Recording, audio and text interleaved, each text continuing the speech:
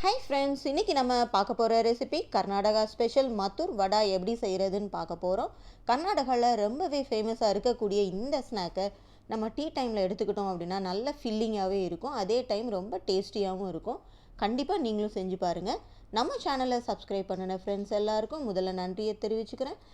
வாங்க இந்த ரெசிபி எப்படி செய்யலான்னு பார்க்கலாம். Welcome to trending home cooking.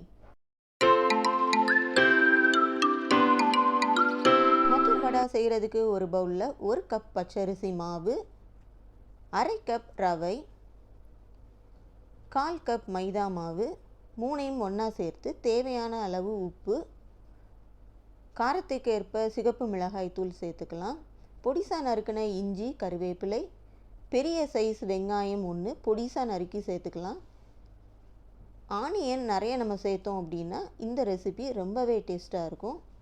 ஒரு ஸ்பூனால் நல்லா எல்லாம் ஒன்று சேர்கிற மாதிரி நம்ம கலந்து எடுத்துக்கலாம். இப்போ கொஞ்சம் கொஞ்சமாக தண்ணி சேர்த்து சப்பாத்தி மாவு பதத்துக்கு நம்ம மிக்ஸ் பண்ணி எடுக்க போகிறோம். இந்த மாதிரி கையில் ஒட்டாமல் வந்தது அப்படின்னா நம்ம மாவு கரெக்டான பக்குவம். இப்போ ஒரு லிட்டு போட்டு 10 நிமிஷம் ஊற வச்சிடலாம். 10 நிமிஷம் கழித்து பார்த்தோம் அப்படின்னா நல்லா ஊறி இருக்கும் மாவு. இப்போ வறுத்த வேர்க்கடலையை ஒரு மிக்சி ஜாரில் பல்ஸ் மோடில் 1-2மா நம்ம பொடிச்சு இதோடு சேர்த்து அதையும் நல்லா மிக்ஸ் பண்ணி எடுத்துக்கலாம். இப்போ நமக்கு மாவு ரெடி ஆகிடுச்சு. இப்போ கடாயில் நமக்கு எண்ணெய் ஹீட் ஆனதும் ஒரு வாழை இலையில் நம்ம வடை தட்டுற மாதிரி தட்டி இதில் குறைந்த தணலில் ஒன்று ஒன்றா போட்டு நம்ம பொரிச்சு எடுத்துக்கலாம். மிதமான தணலில் நம்ம பொரிக்கும் போது தான் மத்தூர் வடை ரொம்பவே டேஸ்ட்டாக இருக்கும். கண்டிப்பாக நீங்களும் இதே மாதிரி செஞ்சு பாருங்கள்.